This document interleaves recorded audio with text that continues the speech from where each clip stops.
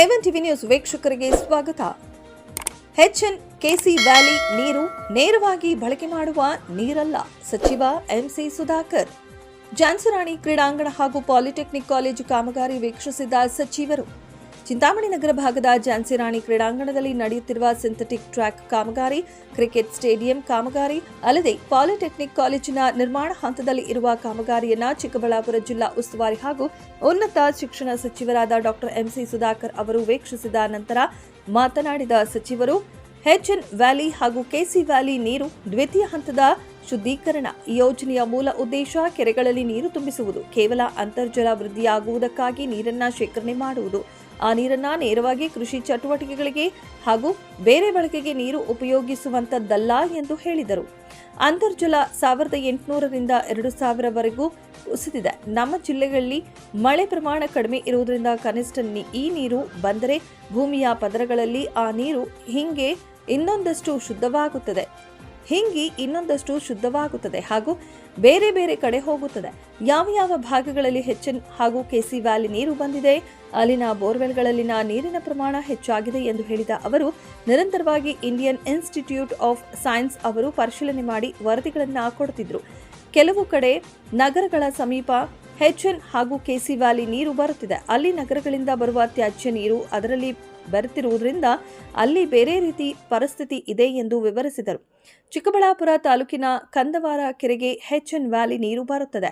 ಅಲ್ಲಿ ಚಿಕ್ಕಬಳ್ಳಾಪುರ ನಗರದ ತ್ಯಾಜ್ಯ ನೀರು ಮಿಶ್ರಣವಾಗಿ ಗೋಪಾಲಕೃಷ್ಣ ಕೆರೆಗೆ ಬರುತ್ತಿದೆ. ಅದರಿಂದ ಅಲ್ಲಿ ಬೇರೆ ಪರಿಸ್ಥಿತಿಯಾಗುತ್ತಿರಬಹುದು. ಅದನ್ನು ತಡೆಗಟ್ಟಲು ಈಗಾಗಲೇ ಎಲ್ಲಾ ರೀತಿಯ ಪ್ರಯತ್ನಗಳು ಮಾಡುತ್ತಿದ್ದೇವೆ ಎಂದು ತಿಳಿಸಿದರು.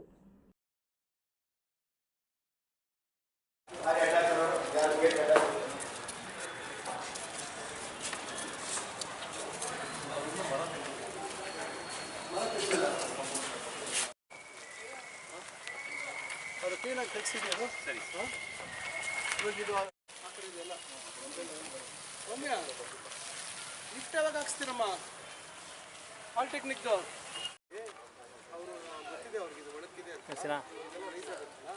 ಅದನ್ನು ನೆಕ್ಸ್ಟ್ ಮುಂದೆ ನಾವು ತೆಗಿಬೇಕಾಗುತ್ತೆ. ಇವತ್ತಲ್ಲ ನಾಳೆ ಅದೇನು ಅಂತ ಆ್ಯಂಟಿಕ್ ಏನಲ್ಲ, ನಾನು ಸಮಯ ತೆಗಿಯಕ್ಕೆ ಹೋಗಿಲ್ಲ. ಈಗ ಅವಾಗ ಏನಾಗುತ್ತೆ, ಕ್ಲಿಯರಾಗಿ ಈ ಲೈನು ಕಂಪ್ಲೀಟ್ ಆಗುತ್ತೆ. ಇನ್ನೊಂದು ಬ್ಲಾಕ್ ಇಲ್ಲಿ ಹಾಕ್ಕೊಂಬಿಟ್ರೆ ಅದಕ್ಕೆ ಒಂದು ಲಿಂಕ್ ಮಾಡ್ಕೊಂಡು ಇನ್ನೊಂದು ಬ್ಲಾಕ್ ಹಾಕ್ಕೊಂಬಿಟ್ರೆ ಇನ್ನೊಂದಷ್ಟು ಅಕಾಮಿಡೇಷನ್ ಆಗುತ್ತೆ.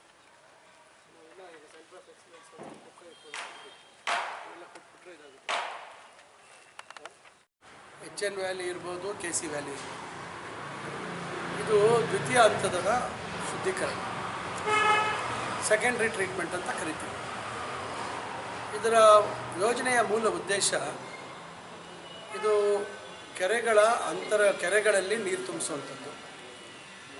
ಕೇವಲ ಕೆರೆಗಳಲ್ಲಿ ಅಂತರ್ಜಲ ವೃದ್ಧಿ ಆಗುವಂಥದ್ದಕ್ಕೆ ಮಾತ್ರ ನೀರನ್ನು ಅಲ್ಲಿ ಶೇಖರಣೆ ಮಾಡುವಂಥದ್ದು.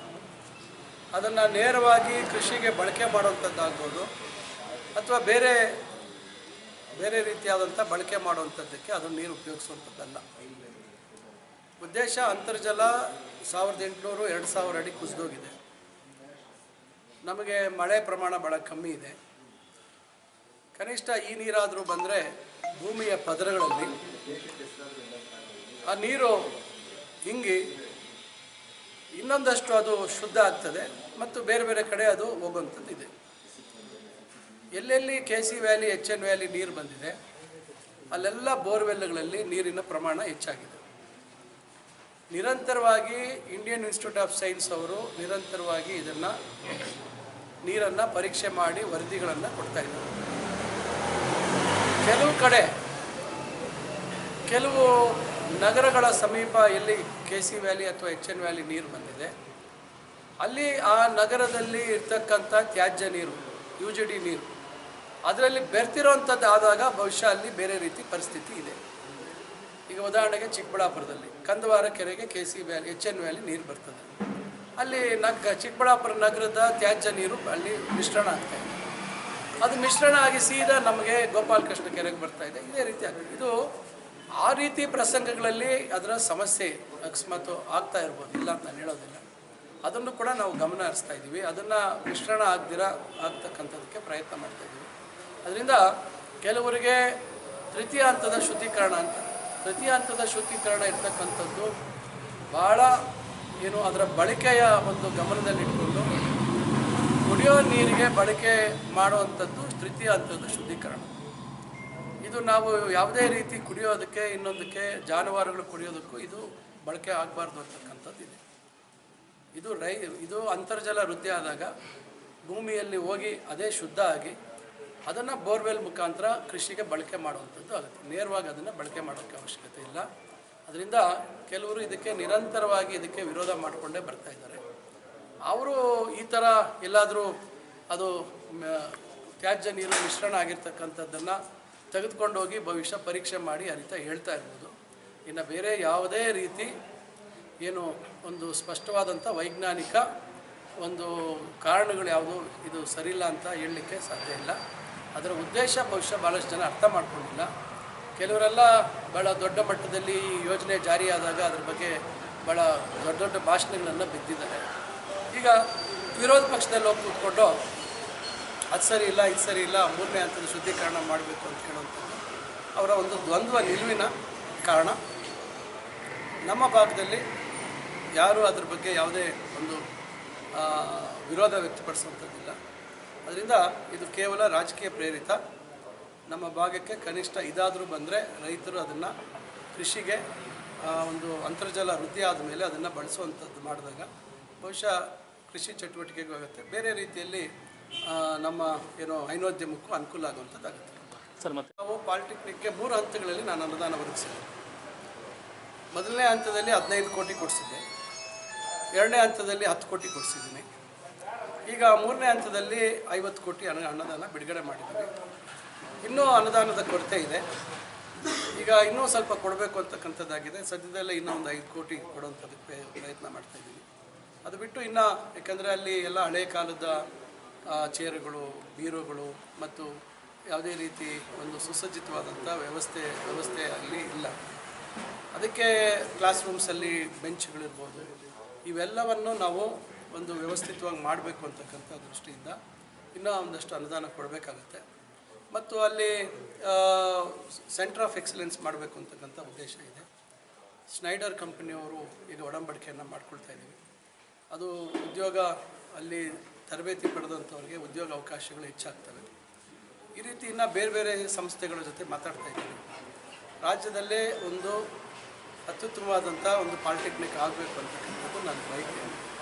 ಆದರೆ ಇವತ್ತು ಹೊಸ ಕಟ್ಟಡ ಏನು ಇತ್ತೀಚೆಗೆ ಅವರಲ್ಲಿ ಸ್ಥಳಾಂತರ ಆದರು, ಅಲ್ಲಿ ನಿರ್ವಹಣೆ ನೋಡಿದಾಗ ಭಾಳ ಬೇಸರ ಆಯಿತು. ಯಾಕಂದರೆ ಇವತ್ತಿನ ಕಾಲಕ್ಕೆ ಅನುಗುಣವಾಗಿ ವ್ಯವಸ್ಥೆಗಳನ್ನು ಮಾಡಿಕೊಟ್ರೂ ಸಹ ನಮ್ಮ ಅಲ್ಲಿರ್ತಕ್ಕಂಥ ಸಿಬ್ಬಂದಿ ವರ್ಗದವರು, ಪ್ರಾಂಶುಪಾಲರಿಂದ ಹಿಡಿದು ಎಲ್ಲರೂ ಬಹುಶಃ ಇನ್ನೊಂದಷ್ಟು ಅವರು ಹೆಚ್ಚು ಬದ್ಧತೆಯನ್ನು ವ್ಯಕ್ತಪಡಿಸಬೇಕಾಗತ್ತೆ. ಇದು ನಮ್ಮದು ಅಂತಕ್ಕಂಥದ್ದು. ಮತ್ತು ನಾನು ಆ ಪಾಲಿಟೆಕ್ನಿಕ್ನ ವಿದ್ಯಾರ್ಥಿಗಳಲ್ಲಿ ಸವಿನಯವಾಗಿ ನಾನು ವಿನಂತಿಸ್ಕೊಳ್ತೇನೆ, ಇದು ನಿಮಗೋಸ್ಕರ ಮಾಡಿರ್ತಕ್ಕಂಥದ್ದು. ಸರ್ಕಾರಿ ಪಾಲಿಟೆಕ್ನಿಕ್ ಅಂದರೆ ಅದಕ್ಕೆ ತಾತ್ಸಾರವಾಗಿ ಅಥವಾ ನಿರ್ಲಕ್ಷ್ಯದಿಂದ ಅವರು ಅಲ್ಲಿರ್ತಕ್ಕಂಥ ಸಿಬ್ಬಂದಿಯವರಾದರೂ ಪರಿಗಣಿಸೋದಾಗ್ಬೋದು ಅಥವಾ ವಿದ್ಯಾರ್ಥಿಗಳಿರ್ಬೋದು. ಇವತ್ತು ಖಾಸಗಿಗೆ ಹೋದಾಗ ಎಷ್ಟು ಜವಾಬ್ದಾರಿಯುತವಾಗಿ ನಡ್ಕೊಳ್ತಾರೆ. ಯಾಕೆ ಸರ್ಕಾರದಲ್ಲಿ ಇಷ್ಟು ಒಳ್ಳೆಯ ವ್ಯವಸ್ಥೆ ಮಾಡುವಂಥದ್ದನ್ನು ಯಾಕೆ ಸದ್ಬಳಕೆ ಮಾಡ್ಕೋಬಾರ್ದು? ಯಾಕೆ ನಮ್ಮದು ಅಂತಕ್ಕಂಥ ರೀತಿಯಲ್ಲಿ ಅಲ್ಲಿ ವ್ಯವಸ್ಥೆಗಳನ್ನು ಕಾಪಾಡುವಂಥ ಕೆಲಸ ಆಗಬಾರ್ದು? ನಾನು ಮತ್ತೊಮ್ಮೆ ಪ್ರಾರ್ಥನೆ ಮಾಡ್ಕೊಳ್ತೇನೆ, ದಯವಿಟ್ಟು ನಮ್ಮ ನಂಬಿಕೆ ನಾವು ಭಾಳಷ್ಟು ಆಸೆ ಇಟ್ಕೊಂಡು ನನ್ನ ಅವಧಿಯಲ್ಲಿ ಒಂದು ಒಳ್ಳೆಯ ಸಂಸ್ಥೆ ಆಗಬೇಕು ಅಂತಕ್ಕಂಥ ಕನಸು ಕಾಣ್ತಾ ಇದ್ದೀನಿ. ಅದಕ್ಕೆ ಅವರೆಲ್ಲರೂ ಸಹಕಾರ ಕೊಡಬೇಕು ಅಂತಕ್ಕಂಥ ಮನವಿ ಮಾಡ್ತೇನೆ. ಝಾನ್ಸಿ ರಾಣಿ ಲಕ್ಷ್ಮೀಬಾಯಿ ಕ್ರೀಡಾಂಗಣಕ್ಕೆ ಸುಮಾರೀಗ 9.25 ಕೋಟಿ ಅನುದಾನ ಇದೆ. 9 ಕೋಟಿ ನಮ್ಮ ಕರ್ನಾಟಕ ಪರೀಕ್ಷಾ ಪ್ರಾಧಿಕಾರದಿಂದ ಕೊಟ್ಟಿದ್ದೀವಿ. ಇನ್ನು 25 ಲಕ್ಷ ನಮ್ಮ ಕಮಿಟಿಯಿಂದ ಕೊಡ್ತೀವಿ. ಈಗ ಅಲ್ಲಿ ಸಿಂಥೆಟಿಕ್ ಟ್ರ್ಯಾಕ್ ಕೆಲಸ ಮಾಡ್ತಾಯಿದ್ವಿ. ಫುಟ್ಬಾಲ್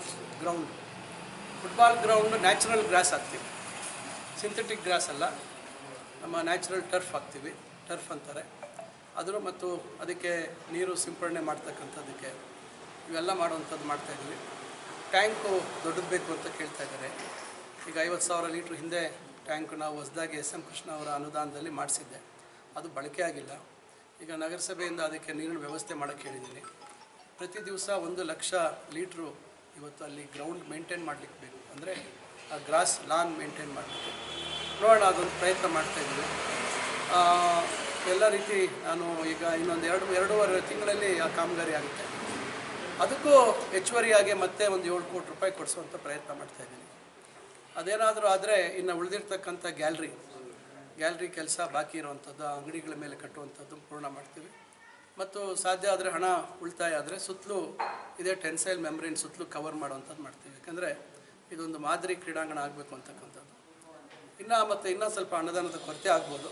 ಅದು ಮುಂದಿನ ದಿನಗಳಲ್ಲಿ ಆ ಮೇನ್ ಪೆವಿಲಿಯನ್ ಏನಿದೆ ಅದರ ಕೆಳಗಿರ್ತಕ್ಕಂಥ ಕೊಠಡಿಗಳು ಮತ್ತು ಏನೇನು ಉಳಿದೋಗ್ತದೆ ಅದನ್ನು ಮುಂದಿನ ದಿನದಲ್ಲಿ ಮಾಡ್ತೀವಿ. ಅಲ್ಲಿ ವೃದ್ಧರಿಗೆ ಮತ್ತು ಮಹಿಳೆಯರಿಗೆ ಮತ್ತು ಯುವಕರಿಗೆ ಏನು ಎಕ್ಸಸೈಸಿಂಗ್ ಎಕ್ವಿಪ್ಮೆಂಟ್ ಇದೆ ಅದೆಲ್ಲ ಭಾಳ ಹಳೆಯದಾಗಿ ಅದು ಭಾಳ ಕಳಪೆಯಿಂದ ಕೂಡಿರ್ತಕ್ಕಂಥದ್ದು, ಹಿಂದೆ ಅವ್ರು ಮಾಡಿರೋವಂಥದ್ದು. ಅದನ್ನೆಲ್ಲ ತೆಗೆಸಿ ಈಗಿನ ಕಾಲಕ್ಕೆ ಸುಸಜ್ಜಿತವಾದಂಥ ಒಂದು ಒಳ್ಳೆಯ ವ್ಯಾಯಾಮಕ್ಕೆ ಬೇಕಾಗಿರ್ತಕ್ಕಂಥ ವ್ಯವಸ್ಥೆಗಳನ್ನು ಕೂಡ ನಾವು ಮಾಡುವಂಥದ್ದಕ್ಕೆ